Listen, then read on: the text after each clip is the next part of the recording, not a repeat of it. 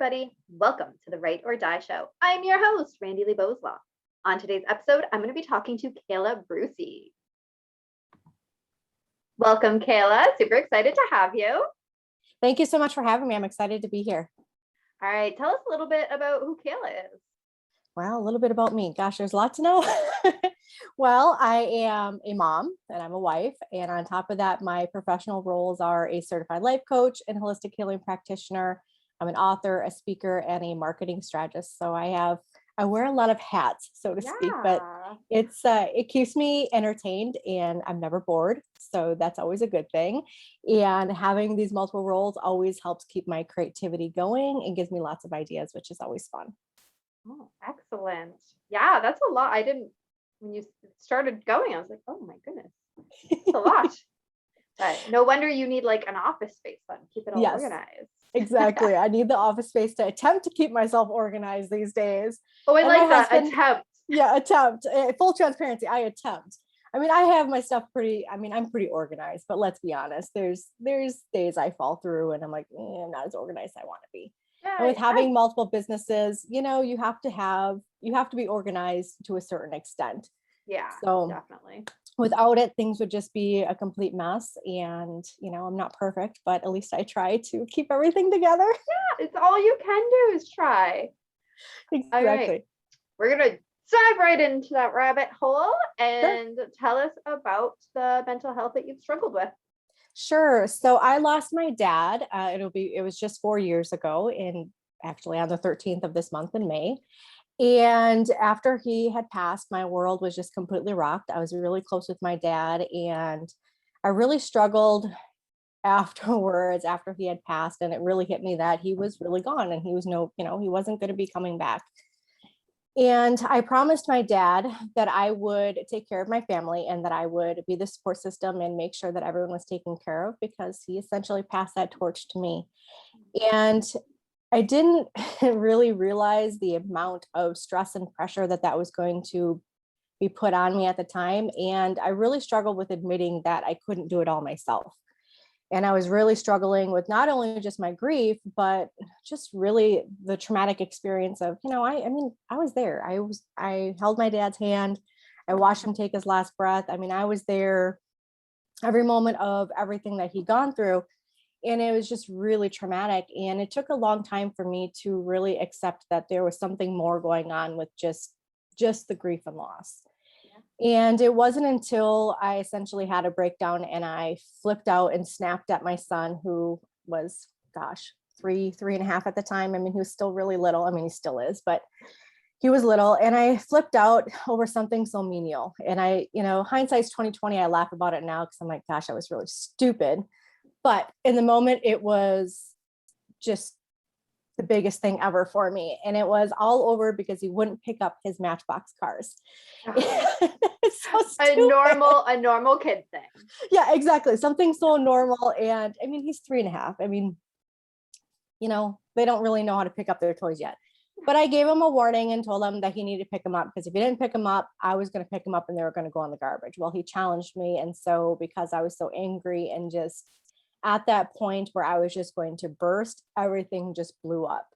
And it wasn't until I saw him crying and looking at me like I was a monster and I could tell that he was afraid that it really snapped me into reality that I needed to get help, that I needed to acknowledge that there was something really going on and I needed to not be ashamed that I needed to seek out help and to figure out what was really happening, in my life and what was going on in my head. And so I made an appointment and went into the doctor, and from there, I was diagnosed with major depression, generalized anxiety disorder, and having signs of PTSD. And that was a huge blow to my ego because I was the strong one of the family. I wasn't supposed to crack and fall. I wasn't supposed to be the one that was struggling, with everything. And on the outside, I had the smile on my face and I was carrying on and trucking along and just doing everything I could do. But on the inside, I was drowning and I was really screaming for help, but I kept trying to push it down. So I graciously accepted the help of my doctor and got on some medication to get the ball rolling and to really just give me the extra push and help that I needed at the time, because it got to be pretty bad. There were days that I didn't want to get out of bed. I was sleeping more. I was extremely irritable, obviously. I was crying all the time. I was going through periods where I was binge eating and then I wasn't eating. I even went through periods where I couldn't sleep, even though I was really tired. And so it was constant ups and downs and just a mix. I was a hot mess. And in the middle of all that, trying to run my house, take care of my son, run multiple businesses, That's a and tend to my lot. own needs in the process, as well as, That's I a got a lot. husband too. Yeah, it was a Mhm. lot. So it's no wonder that the walls around me came crumbling down, because as I was trying so hard to keep them stable, I just really wasn't. I wasn't taking care of me. And that was the big thing. If I'm not taking care of myself, I can't serve everyone else, and I can't help be the foundation for everyone else. Yes, that is such a good point. So I just want to pause there for a second, because Mhm. people don't realize that if you are not taking care of yourself, you Mhm. can't take care of everyone else. We Mhm. tend to think of caring for ourselves as this last thing on the list, Mhm.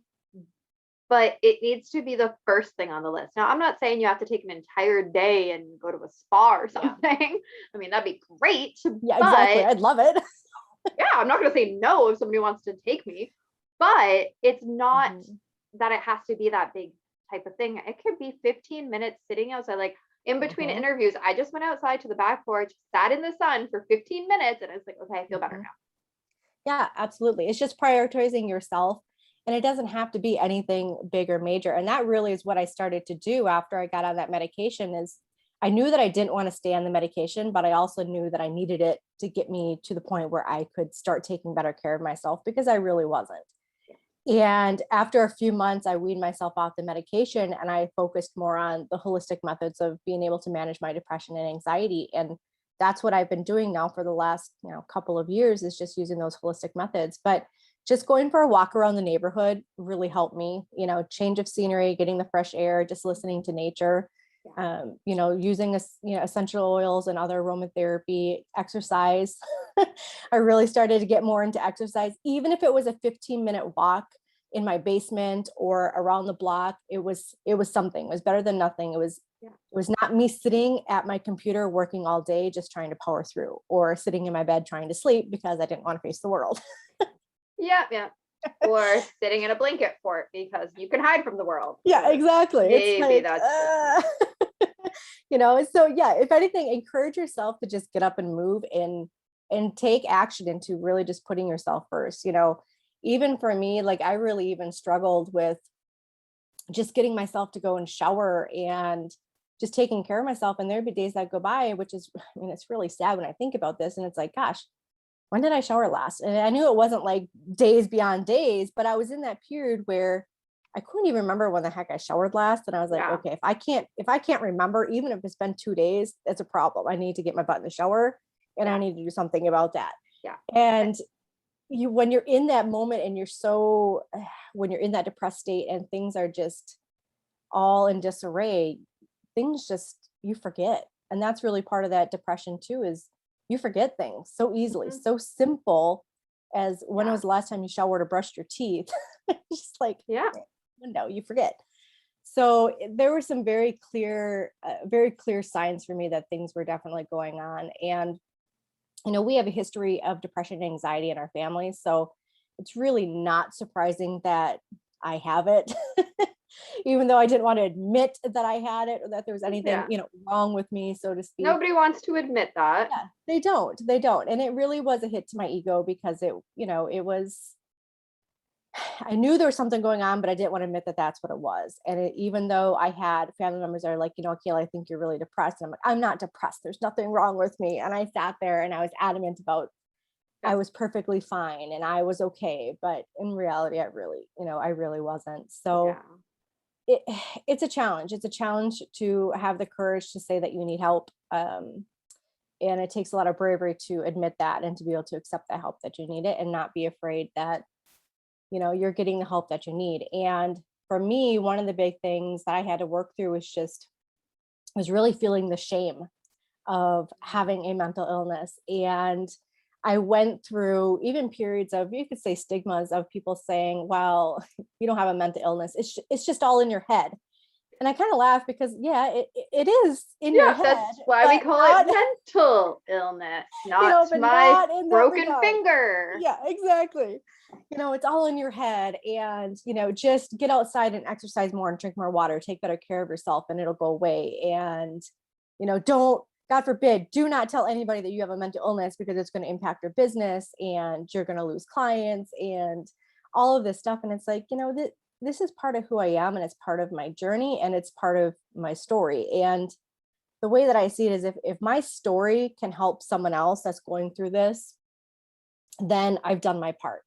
You know, it's inspiring when I hear other stories from people that have really gone through something really, you know, traumatic or really just challenging, and they've been able to power through and come through. Now, obviously, what I go through and my process may not be similar to someone else's, but my story may resonate with someone else, and it might give them the hope and the inspiration to be able to take that step and admit that they need to get help, or they need to be on medication, or they need to change their life, or whatever it is.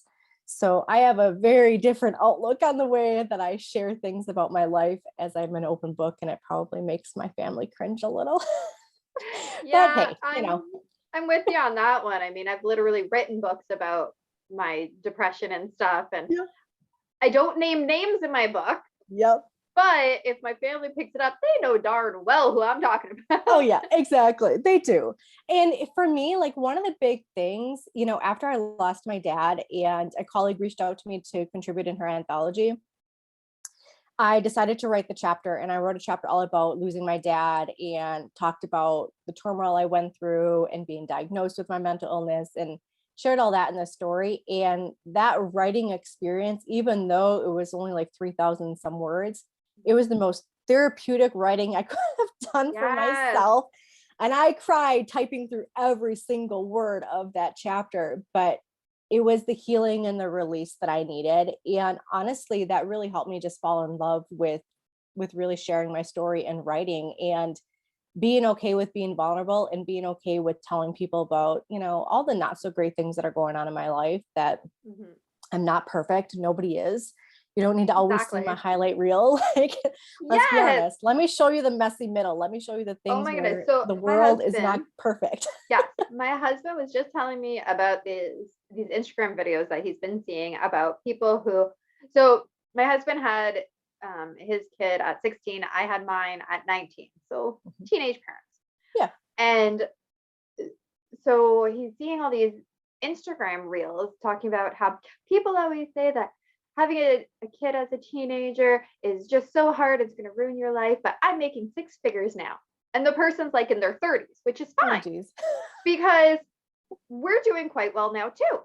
Yeah. But that doesn't mean the past 16 years were easy.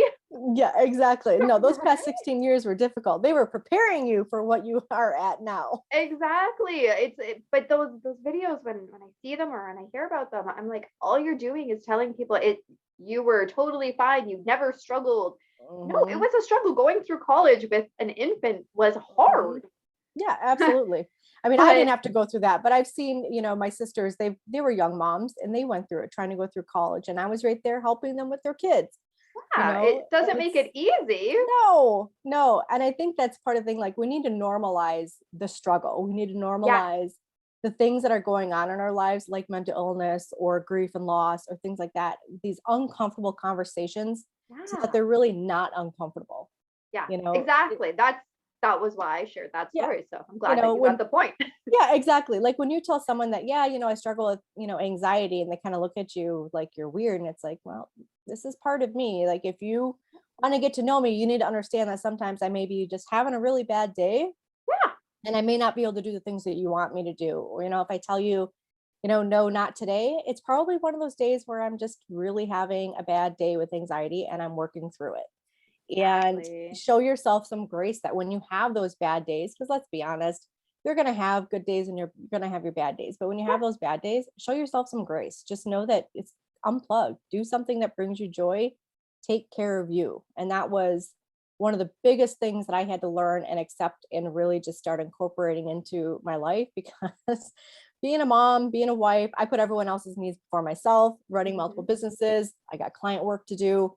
I was always put on the back burner, and I had to really essentially force myself to the front and say, nope, I need this time for myself. Yeah. I need You this can't hour. live on the back burner.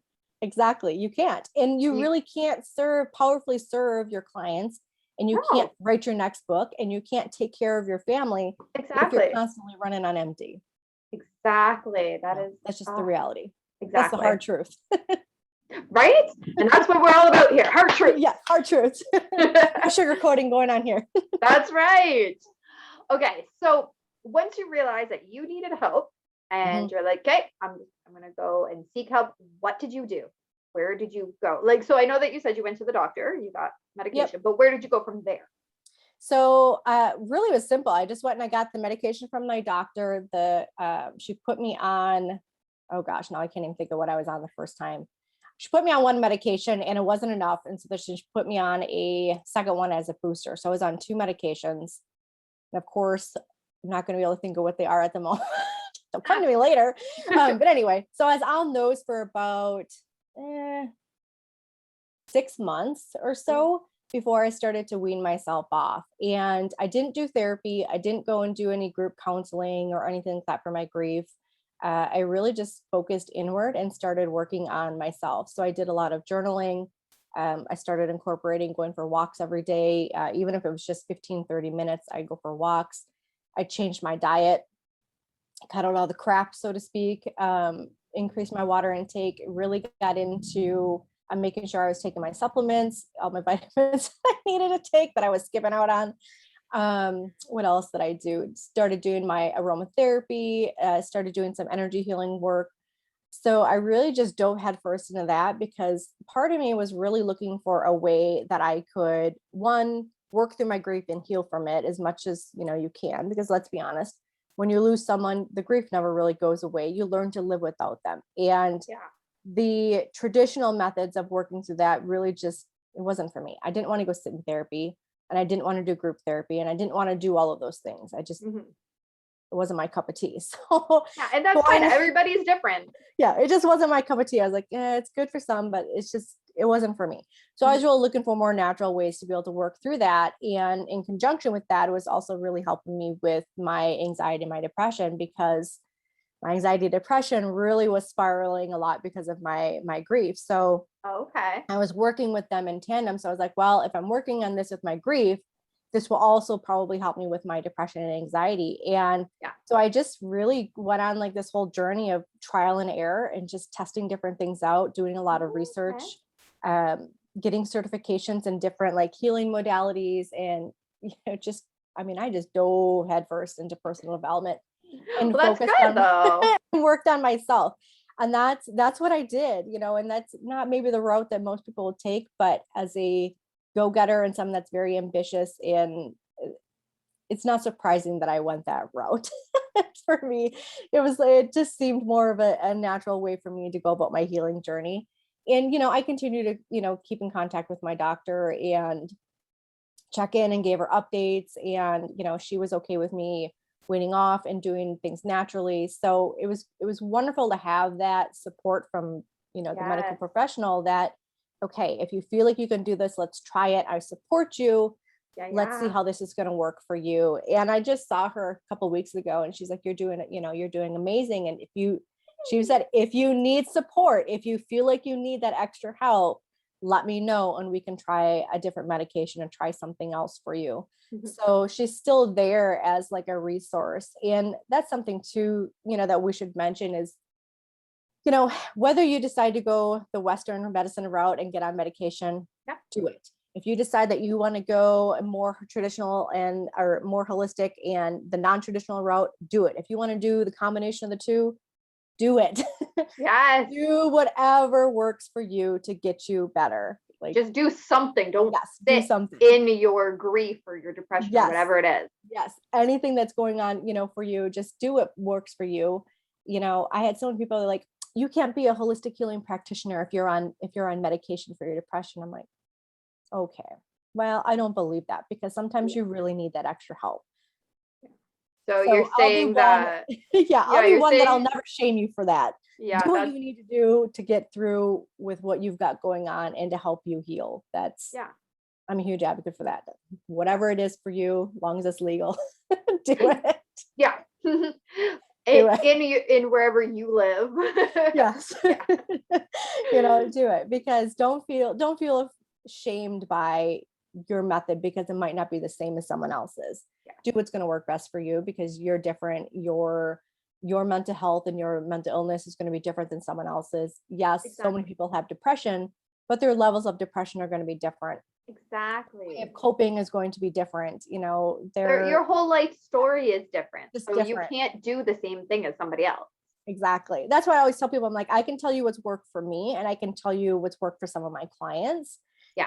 Try something. The big thing is being open to trying something because you never know what's going to work. Like some of my clients are like, I can't do journal writing. It's just not for me. And I'm like, just do one day for me, please. Yeah. Just one day of 10, 15 minutes of journaling and just write it out. Like for me, there's nothing, I don't know. There's something so therapeutic of just writing, whether it be typing on the computer or writing in the journal itself.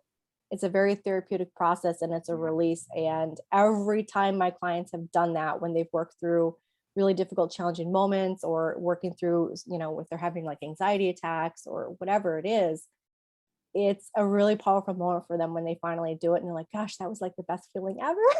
Like, I told you, like, write it out. Like, seriously. Yeah, exactly. And they're always like, I'm not an author, Kayla. I'm not a writer. I'm like, well, you are going to be today for 10, 15 minutes. And nobody's saying you have to like be an author. We're just exactly.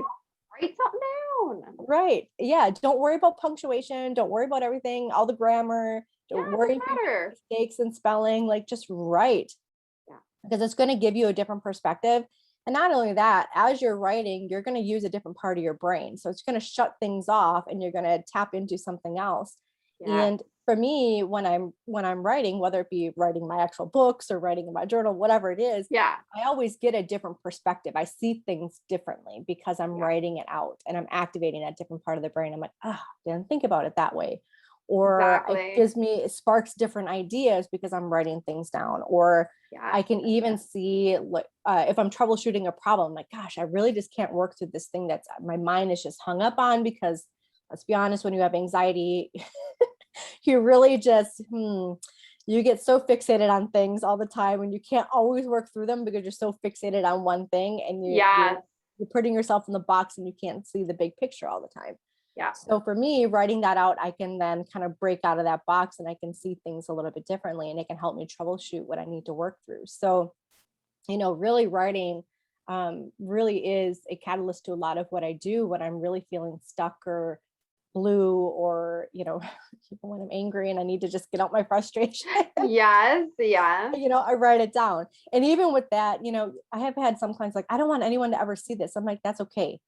Write it down. Take it up, rip it, shred it, burn it. Exactly. No one has to see it. You can keep it or you can get rid of it, but just go through the process of writing it down, because you will see a shift in your thinking. You will start to feel better. You will see things a little bit differently and more clearly, and it'll help you start moving on to the next step of whatever that next step is going to be for you. That is such great advice. And so many of the guests talk about journaling. Mm-hmm. So, I mean, there has to be something to it if almost everybody has mentioned it. Mm-hmm, absolutely.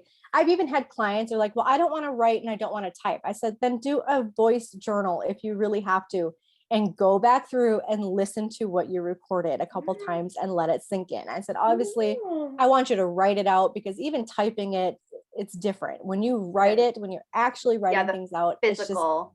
Yes, it really is more impactful. So I'm an advocate for, obviously writing it out, but do what works for you. I mean, if you do type it on the computer and you do a digital journal, great. If you want to do a voice journal, great, but at least go back and read and re-listen to it, because it will help you.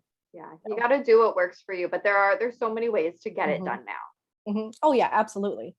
So many ways. And people are like, well, I don't want anyone to see it. And I said, well, then put it on an application that you can put a lock on it so that no one gets into it. Yeah, there you stop go. with the excuses. There's so many ways to work around doing things for you that you can hide and protect yourself if you really need to. And that's just it, is people are great at coming up with excuses. Yes. Because it seems harder to do the work, which, I mean, at the time of doing the work, it is harder because it's emotional. But once the work is done, it's actually not that hard. Like No, looking you back feel on amazing. looking back at how to journal stuff, it's actually not hard, but Mm, it is emotionally draining. But then you it do is. feel better after. You do. And it's working through, I mean, you're working through your emotions, your feelings, your thoughts. And yes, you do get exhausted and it is draining, and you do dig up some things that you've maybe been buried deep within Yeah, that you don't want to acknowledge. But that's the whole point. The whole point of that exactly. is to really help you heal. And until you address the things that are going on in your life that are causing you to feel the way that you're feeling, you're always going to be feeling that way. So Yes, you need to actually be brave enough and have the willingness to be able to dig deep and really figure out what is really causing the issues, and not all this surface level garbage that everyone's like, oh, I have, for example, well, I have depression. Well, dig a little deeper. What's going on in your life? What's causing that depression? yeah, Is there something from your childhood that, you're suppressing? What's going on there? And really just start digging in and looking at that. And so many people, it's interesting when I talk to others that they don't realize that they've experienced trauma on some level at some point in time in their life. mhm, And they also don't realize that they experience grief and loss through a lot of pivotal moments in their life. So whether they got divorced, have struggled with infertility, lost their job, lost their, finances, all of those things trigger a traumatic response. And they can also yeah, trigger grief and loss to a certain extent. So, I mean, yeah, obviously it's different than if you lose a loved one, but you are going through those feelings of grief and loss, and those exactly. can trigger your depression and your anxiety and other mental health issues.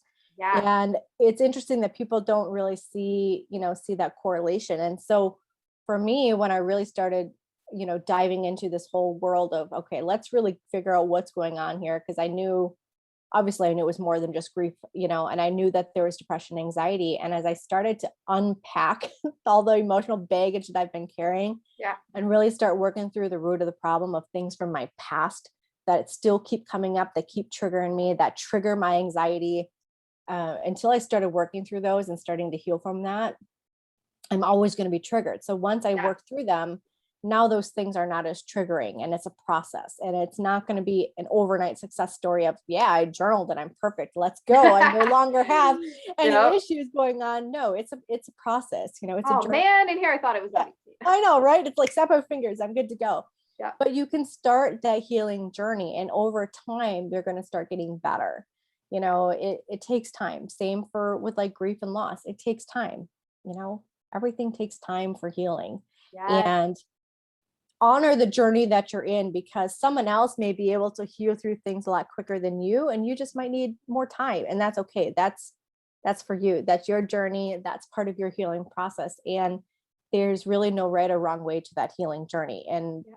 really exploring what's going on with you and what's really happening internally that may be causing some of the things that are going on in your life, or causing Exactly. those triggers with your anxiety. I mean, Don't compare yeah, your journey with somebody else's journey. yeah, You're two different people. You can't do that. It's exactly. like comparing apples and oranges.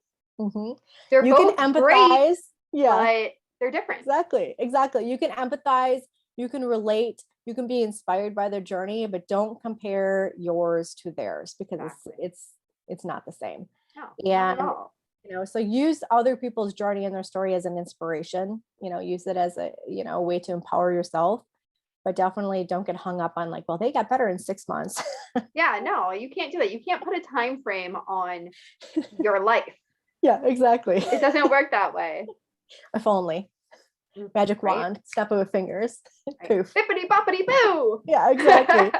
If only it worked that way, but it really doesn't. No. So just honor the journey that you're on, because that's the journey that you're meant to be on. And that was the big thing. Another big thing that I really had to learn and to embrace was that no matter how long it took, I needed to be okay with the journey, and just being patient that this journey was going to take time, that it wasn't Yeah. going to happen for me as quickly as I wanted it to. Because let's be honest, I'm at the end of the millennial stages here. So millennials, they're very, they want that instant gratification. Yeah, yeah. And, so I like that instant gratification. So for me to be patient and to work through this healing and to keep trying, even when I want to give up, it's, it's a struggle. I have to really force myself and really shift my mindset to be able to do it. But I can tell you, when you start doing this, it is so rewarding and it's so powerful and transformative that, being able to tell others that you've worked through this really difficult time in your life, you work through, finding your triggers with like your anxiety or whatever it is for you. But when you can share that and empower someone to be able to take control of their situation in their life, it really is a beautiful thing. Yeah. You've said that so perfectly. Yeah. So what have you written? Oh, yes. So I have written, so last year I released my book, Healing from Grief, which talks all about obviously the journey of healing from grief and losing my dad and all the things that I did to help me with my grief and my loss. And I have 2 books that are coming out this year, actually in July. I have Transforming Inner Pain, which talks about all the adversities that I faced in the last 10, 15 years, from my divorce to my 9-year infertility journey to miraculously conceiving my son to my mental illnesses and everything in between. And I talk about that. Yeah. And I share essentially a framework of what I have utilized over the years to really help me bounce back from these setbacks all the time and continue to keep moving forward to be able to achieve my dreams and to hit my goals. Despite how bad things may have gotten at one point in time, I've always been able to pick myself up and keep going. And so it has my framework in there. And then there's also the anthology that I'm putting together that is called Embracing the Journey, which is so perfect. I love the title. Yeah. So I don't know if you know, but the book I just released this year is called Embracing Me. So I love that you've got Embracing the Journey. I love it. I love it. Well, and I gathered over 10 women. There's 14 of us total. And when I was thinking of the title for this book, I was like, what really encapsulates all of us? Because some people have worked through, the things that are going on in their life, and others are still working through them. It's part of it. It's not going to go away. It's always going to be part of their journey. And so when I looked at it, I was like, well, we all have embraced the journey that we've been on, no matter if it was a short term or a long-term situation. And so the title was really just perfect for me. So these women have shared their stories from their heart with such bravery, talking about toxic relationships and narcissism, grief and loss, miscarriages, divorce, health struggles, being a mom to a special needs child, and everything in between. Like there's literally a story for everyone. And I think that's why I love anthologies so much, because it's not the standard, you got to read everything front to back. You know that if you are really needing some inspiration, or you're really struggling with a certain topic like infertility, you can fast forward to that chapter and read it for a little bit of inspiration. But it's these women they're incredible. That's awesome. It's really an honor to be on that journey with them and help them share this story and share how they have really learned to overcome their struggles and transform the inner pain and really healed and work through it, so that they can then inspire others to be able to do that too. So both of those released in July. So I'm really excited to have those come out. That's super exciting. Yeah. And those will probably be released by the time this episode gets released, so people can pick their copies up. Yes. And speaking of that, where will they pick their copies up? Yeah, absolutely. So the books will be available on Amazon and other online retailers. So you'll be able to find them there. You can also go to my website at kaylabrissi.com, and you'll be right there to navigate right to them as well. Perfect. Yeah, I keep it simple. I love it. It makes things so much easier. Yes. And where will people find you? Well, just in role of keeping everything simple, you can find me online all over social media at Kayla Brissi. Perfect. I love that. I love when you can get the @ to be the same for everything. Yes, it's great. Yes, and it doesn't always work out that way, but I love when it does. Yeah, and it works out for me because my name's so short that I'm like, yes, it's always like the perfect amount of characters for me to be able to do it. And and I tell my clients too, I'm like, if you guys are starting a business and you're starting social media, go and secure all your usernames on all the platforms now. Whether or not you use them right away, I don't care. Yes, but get them now, so that you have them, so that if you decide that you want to use Twitter down the road, you have your username and it's not taken by someone else. So now you've got to have a different username, because it's hard. It's hard to find people when they have all these different usernames and trying to keep track. It's like, for me as a marketer, it's like a nightmare for me when my clients have that. So yes. FYI. So all of those links will be down in the description below.